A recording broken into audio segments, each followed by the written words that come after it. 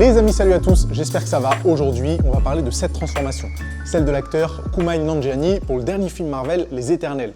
Alors, c'est une transformation qui date un peu, parce que je crois que le film a été tourné en 2019 ou en 2018, quelque chose comme ça. Et lorsqu'on avait vu sa transformation, lorsqu'on l'avait vu sur les lieux de tournage, eh ben, ça avait fait beaucoup parler. Et à juste titre, hein, parce que la transformation est ultra impressionnante, quoique un peu louche, mais on va y revenir juste après. Mais étant donné que le film est sorti, je crois, la semaine dernière en France, je trouvais que c'était intéressant de revenir sur cette transformation pour un sujet bien précis, parce qu'avec ce film, j'ai l'impression que Marvel se moque un tout petit peu de nous. Vous allez voir exactement où je veux en venir. Avant tout, les amis, j'aimerais vous dire un grand merci pour les 700 000 abonnés. La chaîne a dépassé ce palier-là la semaine dernière, je crois, et ça fait hyper plaisir parce que c'est quand même un gros chiffre. J'avais pour objectif d'atteindre les 700 000 abonnés avant la fin de l'année 2021. On l'a fait avec 2 mois d'avance, donc c'est hyper encourageant. Et tout ça, c'est grâce à vous. Je vous remercierai jamais assez. Ça me permet de continuer à vivre de ma passion, de continuer à vous donner des conseils de muscu ou de parler de sujets de société comme dans la vidéo d'aujourd'hui. Maintenant, on va se fixer un nouvel objectif, 800 000 abonnés avant l'été 2022. Ça fait un peu plus de 6 mois pour les atteindre. C'est assez ambitieux parce que j'ai jamais gagné 100 000 abonnés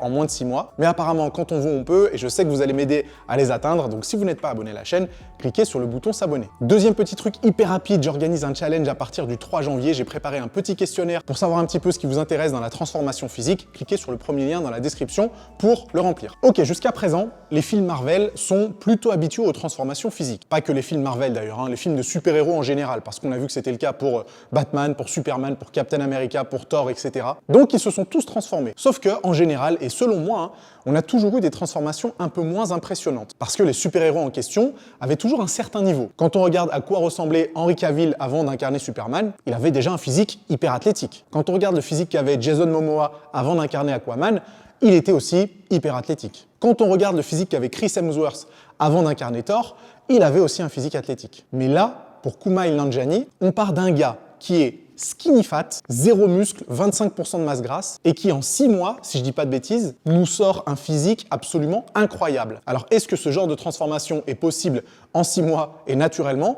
Tout est possible. Sauf qu'il y a des choses qui sont moins probables que d'autres. Vous savez que je prends toujours beaucoup de précautions pour essayer de savoir si quelque chose est réalisable en 6, en 8 mois ou en 1 an. La transformation de cet acteur-là, même si elle avait pris 2 ou 3 ans, elle aurait été ultra impressionnante parce que réellement, on part du niveau 0. Mais là, en 6 mois, on est quand même en droit de se poser des questions. Mais au pire, là n'est pas le problème parce qu'en fait, on s'en fout un petit peu. On est au courant que plein d'acteurs ont eu recours à un petit coup de pouce, si vous voyez ce que je veux dire, pour se préparer à certains rôles. Notre ami Dwayne Johnson en est l'exemple parfait. À l'époque, Schwarzenegger et Stallone ne s'en cachaient même pas, hein, tout le monde le savait. Donc à Hollywood, c'est une pratique qui est, mine de rien, assez courante. Mais moi, ce qui me dérange, c'est que cette transformation-là a été faite pour ce film spécifiquement. Et je vais vous expliquer exactement pourquoi. Le film Les Éternels, c'est un film avec un groupe de super-héros qui se veut, et ça c'est Marvel qui le dit, hein, qui se veut le plus inclusif possible. Déjà, dans ce groupe, on a plein de super-héros qui sont issus de la diversité. On a une membre qui est espagnole mexicaine, on en a un qui est d'origine africaine, l'autre qui est d'origine asiatique, on a Kumail Nanjiani qui est pakistanais, mais en plus de ça, on a un des personnages qui est homosexuel, on en a une autre qui est malentendante, donc atteinte d'un handicap. Donc clairement, ce film répond à une certaine problématique. Comment inclure un maximum d'origine ethnique,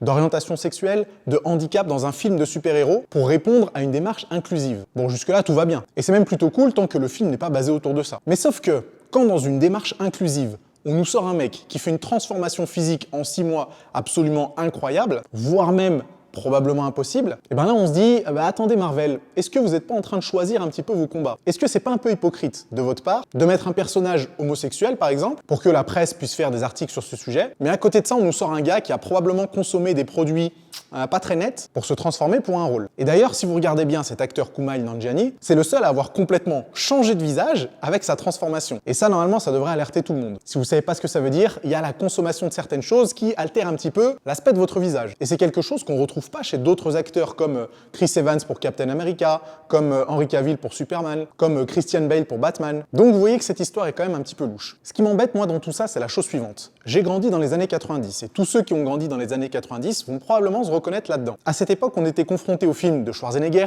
de Stallone, de Jean-Claude Van Damme, de Bruce Lee, que des gars hyper tankés, qui étaient un petit peu l'illustration à l'écran de ce que devait être un homme. Viril, solitaire, hyper musclé, et qui en plus a beaucoup de succès avec les femmes. Et ça, je suis persuadé que ça a laissé une trace dans l'esprit des garçons qui ont grandi dans les années 90. En tout cas, ça en a laissé une sur moi. J'ai grandi avec l'idée, probablement inconsciente, qu'un homme devait être ultra musclé, très solitaire, avoir du succès avec les femmes et tous les attributs qu'on pouvait reconnaître chez les acteurs des films d'action des années 90. Et ça, je suis désolé de le dire, mais c'est tout sauf inclusif. Et ça a créé une génération d'hommes qui a une vision de la virilité qui est totalement différente de celle qu'on met en avant aujourd'hui. Et là, en voyant le film Les Éternels de Marvel, j'ai un peu l'impression qu'on nous dit que c'est ok d'être homosexuel, c'est ok d'avoir des handicaps, c'est ok d'être pakistanais, chinois ou noir ou je ne sais quoi. Par contre, si vous êtes skinny fat, non, il vaut mieux se transformer. Parce qu'un super-héros, il doit être musclé. Et là, vous allez me dire, ouais, mais Nassim, dans Les Éternels, certains de ces super-héros sont un petit peu en surpoids. Je suis d'accord, mais sauf qu'ils ont toujours été comme ça. Ils ne se sont pas transformés pour le film. Si l'acteur Kumail Nanjiani avait toujours été ultra tanké, j'aurais rien eu à dire. Mais là, il s'est transformé pour le film. Et c'est ça qui est un petit peu gênant. En soi, la transformation, je m'en fous. C'est quelque chose qu'on voit depuis toujours à Hollywood. Mais que ce soit fait pour ce film-là, spécifiquement, qui est censé envoyer un message fort et porte justement cette idée d'inclusivité, c'est pour moi clairement problématique. Donc j'aimerais bien que vous me donniez votre avis dans les commentaires. Est-ce que je délire complètement et que je vois le mal partout? Ou est-ce que c'est légitime de se dire, bah dans un film comme celui-là, c'est quand même un petit peu dérangeant de voir des transformations faites avec des choses un petit peu louches, si vous voyez ce que je veux dire, dans un film qui est censé mettre en avant tout le monde? J'aimerais bien avoir votre avis dans les commentaires. Mais au-delà de ça, moi j'adore les films Marvel, je trouve que c'est des super divertissements.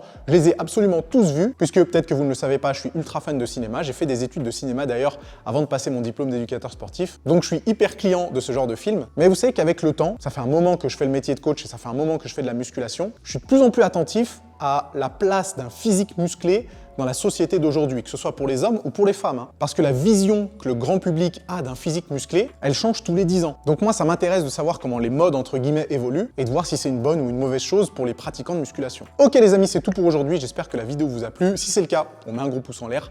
Bien sûr, on continue à s'abonner à la chaîne. On va atteindre les 800 000 abonnés avant l'été 2022. Et sinon, moi, je vous dis à dans quelques jours pour la prochaine vidéo. À plus.